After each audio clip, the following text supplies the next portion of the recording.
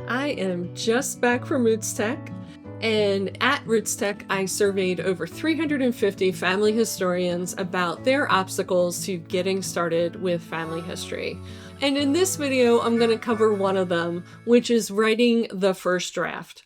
I will cover exactly how to double check that you have everything that you need in your outline before you start writing, how to add in that historical and social context that you might want, and lastly, how then to take the outline and put it into the first draft. Some tips on making sure that it sounds like you and not like artificial intelligence.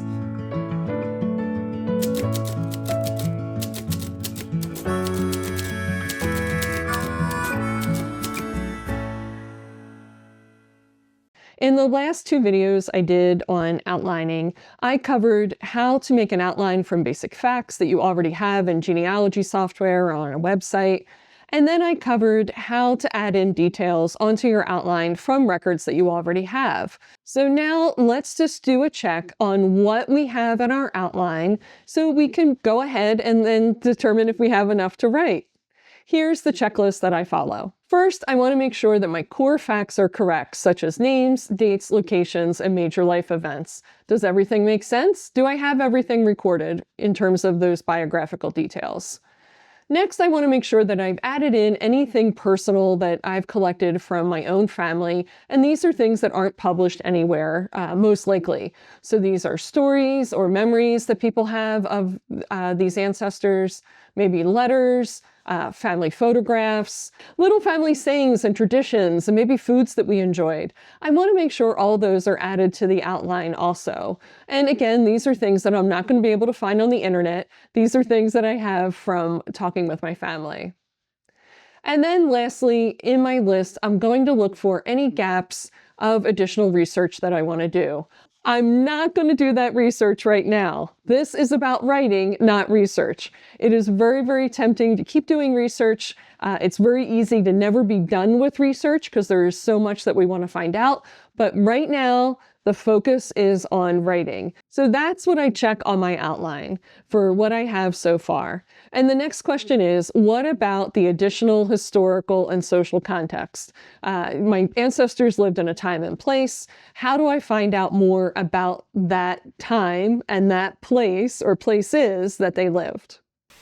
And I see this as having essentially three layers of context that I want to add.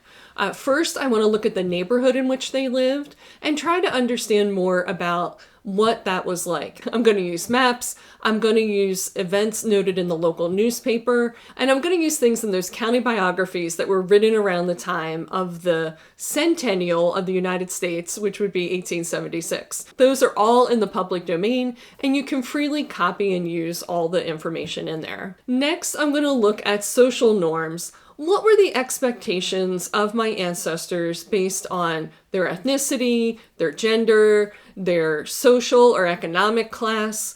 Again, this is going to be a little hard to determine. It's not like I can just look this up instantaneously, but I will be able to glean some things using some of the more advanced AI tools such as Perplexity.ai. It is my preferred AI tool for searching for historical and social contexts. I'll also be using things like the newspaper in particular. How your ancestors were viewed or what their world was like at the time is in there, but it will require a little bit of extra digging on your part.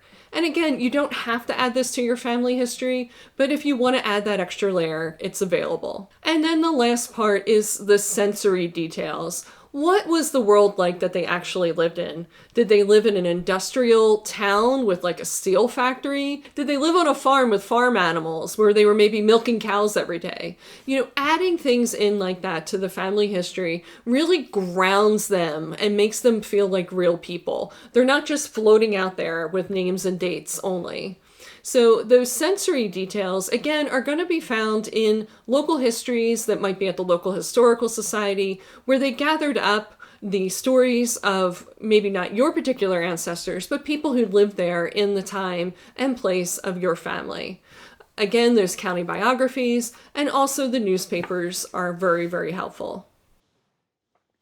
Now, my big tip with this part of historical and social context is don't over-research.